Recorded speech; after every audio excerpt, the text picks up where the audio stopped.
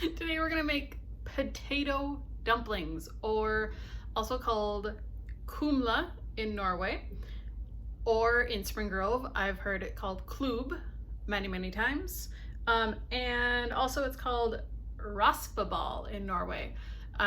According to a friend, it depends on what region you're from as far as what name you call it. Essentially, I just need like a whole bunch of potatoes and some ham, and then we're gonna fry it on the stove in some beef broth. First up is we need to shred 4 cups of potatoes. That means I have to peel a bunch of potatoes first. Okay. So I don't know how many potatoes it'll take, but I'm gonna guess 5 or 6. This shredder kind of tells you very small on the side how much you have, but it only goes to like 2 cups.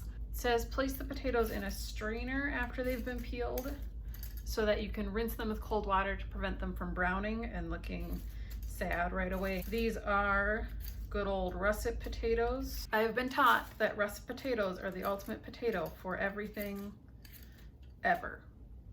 When you've shredded a potato, you end up with like this. How do you shred this without shredding your fingers? I have grated and rinsed 3 small potatoes and 1 larger potato. I'm gonna say that's close enough to 4 cups because I honestly don't think it matters. Drain well. It's a good noise. On to the actual next thing. 2 cups of flour and a tablespoon of salt. I don't think I've ever added a tablespoon of salt to something. According to my mom, according to my dad, the only thing that matters in Klubb is if was it meaty and salty? I think that was all it was, salty and meaty. Add drained potatoes, stir until potatoes are coated. White food. All the potatoes just want to be buddies and stick together. Klubb is not something I grew up eating. My mom said it was my dad's thing. And guess you dropped the ball on that one, Dad. I feel like I have more flour than potatoes. There's definitely a bunch of water in the potatoes still, so like it's gluey. In a deep medium saucepan, bring broth to a boil over medium heat. My broth has been warming, but not very quickly.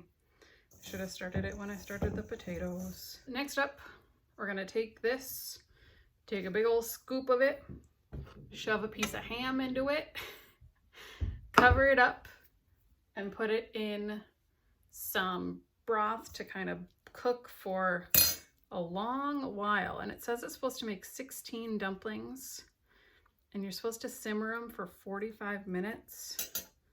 And I don't know if all this is gonna fit in my pan at once. We've moved to poorer lighting and worse sound. So I'm gonna shape a bunch of these up. The broth is still coming to a boil. It's nearly there, but I figure if I can shape up a bunch, then we can just dump them in. I don't think it's a timing thing. Like, I don't think it needs to be immediate, so I think we'll be okay. I already did one already. It says they should be the size of a large egg. So that's large egg-ish. It also says to use this big spoon, but I think it's easier to just grab a bunch, kind of make it into a hamburger, and then you put a piece of ham in it, and then I take a little bit more and kind of cover it up, and it's like an Easter egg. I feel like this should be an Easter recipe, but it's from the Supper at Grandma's Farm chapter of the book. My hope is I can fit them all in the pan at once. I think you can probably do these without the ham inside. I think you can just do plain potatoes, but according to my dad, the meatier and saltier, the better. That one is not gonna want to stay together, I don't think. I will say this is another messy AF thing to make. I have potatoes all over my hands. It's not as satisfying as like handling bread dough or lefse dough because it's really sticky. Like, I essentially made paste with potatoes, and now I'm trying to make it into an egg and shove a piece of ham inside of it. I don't know how to get all of this off my fingers. My mom did say she made this once at Chomy's many, many years ago, and I think I know why she didn't make it again.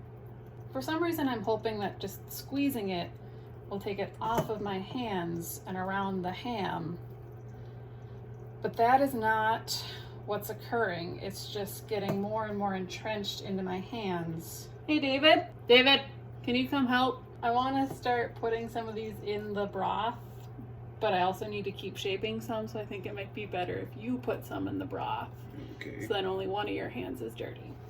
So take one that's in a semi-ball form and take it with a slotted spoon. Put this in the broth.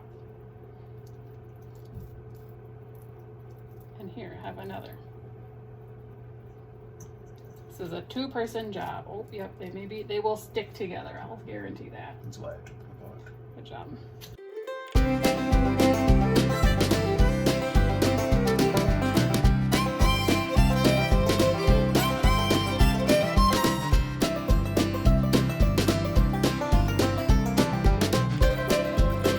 Cool. Perfect. It maybe should have been a little bit warmer, but I was struggling.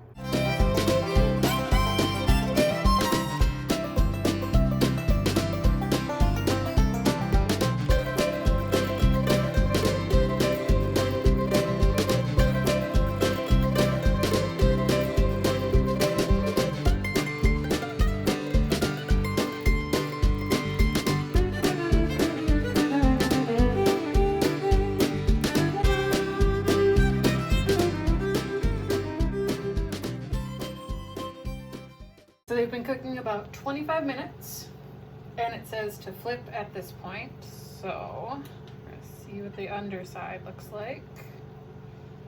They look very brown.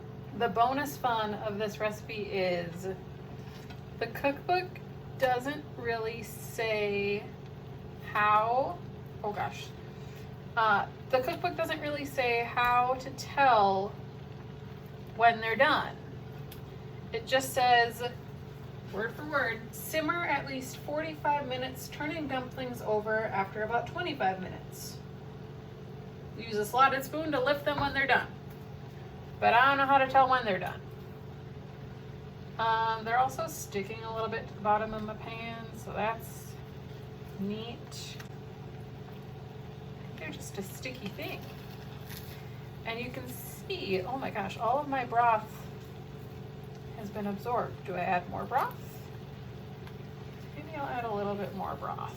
I'm just gonna add some more broth so that it comes up to about that same water line that it was at before. We'll go for about another 20-25 minutes and see what they look like then. They've been cooking for about 45 minutes, and since it doesn't tell me how to tell when they're done, I'm gonna say that they're done. David and I have agreed that if they're not fully done, it's probably not going to kill us. They seem to have absorbed pretty much all of the broth. Maybe that's how you tell that they're done. I probably could let them go another 2 minutes on this side, but I'm hungry. So I'm going to take them out. They've been sticking to the pan as I've kind of shuffled them around and tried to move the center ones off to the side to cook them all evenly. So I'm trying to like scrape up the bottom of them. And then for a side, I asked our friends in Norway, who said we should have kålratsstappa, which I guess is a rutabaga puree of some sort. But that sounds like another experiment, and I think one experiment at a time is the right amount. We ended up with 12 very hot potato dumplings. I don't know where to, there's the camera. Very hot potato dumplings. I'm gonna plate them up, eat some veggies, and give a review. We have veggies and dumplings. I can't cut it from that high up. I think they're gonna be real hot. That's my prediction. They look like if you took mashed potatoes and just like clumped it all together around a piece of ham. Sufficiently salty, sufficiently meaty. Hey, Yeah. All right, Dad. We'll maybe make this if you come up sometime. I don't know if I want to make these again. David says his mom and grandma have made them, so maybe we'll just enlist them to make them. There's no butter involved in this. Weird. If you put a piece of little Swiss cheese in there, you can make a cordon bleu potato dumpling. Yes. Stay tuned. Well, we're gonna go eat these. Yep. Bye. It is potato.